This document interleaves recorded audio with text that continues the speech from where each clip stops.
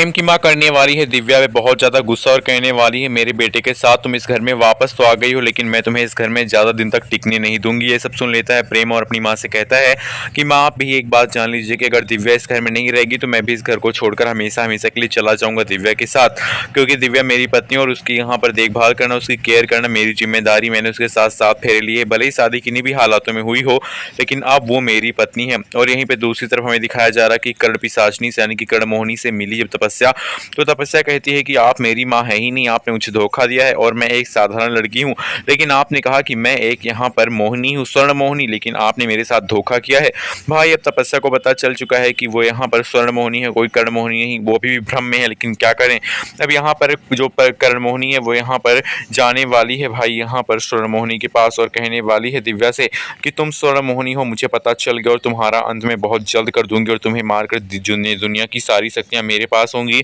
और मैं पूरी दुनिया पे राज करूंगी। स्वर्ण मोहिनी यानी कि दिव्या कहने वाली है कि मैं और प्रेम जब तक एक साथ हैं तुम इस दुनिया को कभी भी यहाँ पर अपने ऊपर अपने रूस पे तुम राज नहीं कर सकती हो, क्योंकि जब जब यहाँ पर बुराई का श्रेय बढ़ा है तब तक यहाँ पर अच्छाई ने उसके ऊपर जीत हासिल की है। और तुम अगर पूरी दुनिया को अपनी मुट्ठी में करना चाहती हो तो ये नामुमकिन है, ये महाकाल की धरती है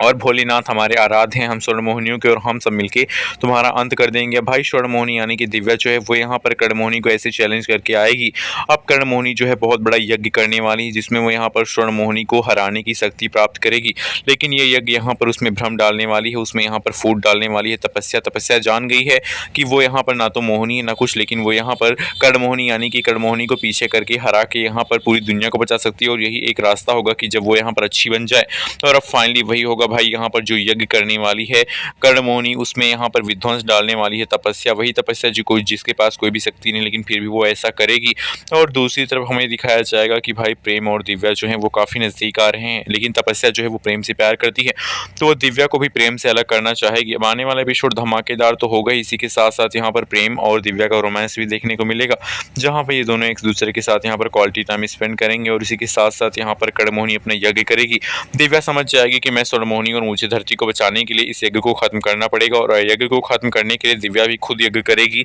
जिसमें वो यहाँ पर महाकाल का यज्ञ करके खूब सारी शक्तियां प्राप्त करेगी और दुनिया को बचाने के लिए कर्ण मोहिनी को हराने के लिए कर्ण मोहिनी के मायावन में जाएगी और फाइनली उन दोनों का युद्ध होगा। आप बताइए लाइक करके कि प्रेम और यहाँ पर दिव्या की स्टोरी आपको कैसी लगती है, क्या आप इन दोनों को प्यार करते थे।